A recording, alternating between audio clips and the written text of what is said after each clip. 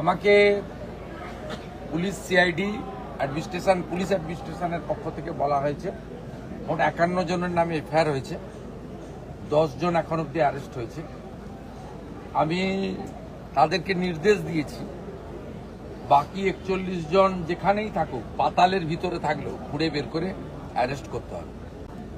দ্বিতীয়ত হচ্ছে জেলা শাসক মহোদয়কে ধন্যবাদ জানাই। প্রথমেই তিনি 4 লক্ষ টাকা ডিজাস্টার যে ফান্ড আছে জেলার, সেখান থেকে পরিবারকে দিয়েছিলেন।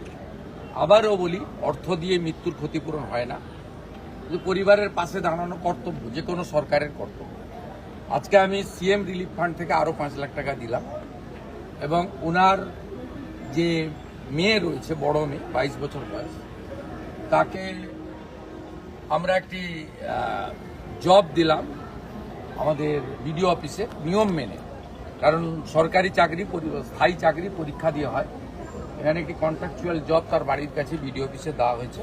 নিশ্চয়ই আগামী দিনে তার ভবিষ্যৎ আমরা দেখব, আমাদের ক্ষমতার মধ্যে দেখব। এটা টেম্পোরারি তাদের পরিবারের পাশে দাঁড়ানো, যাতে পরিবারের মূল আর্নিং মেম্বার তিনি চলে যাওয়ার পরে পরিবারটি অনাথ না হয়ে যায়, এটাও আমাদের কর্তব্যের মধ্যে পড়ে।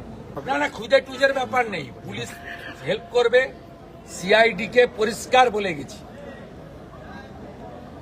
41টাকেই ধরতে হবে।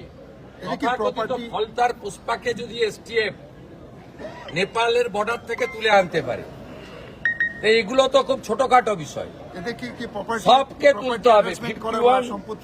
51 বাকি সব হবে, আইনে সব আছে। আমি আইনের বাইরে কিচ্ছু করতে কাউকে বলবো না। আইনে যা যা আছে সেটা হতো না, সেটা হবে। সেটা হলেই পরবর্তীকালে এই ধরনের জঘন্য কাজ করার ক্ষেত্রে 5 বার ভাবতে হবে।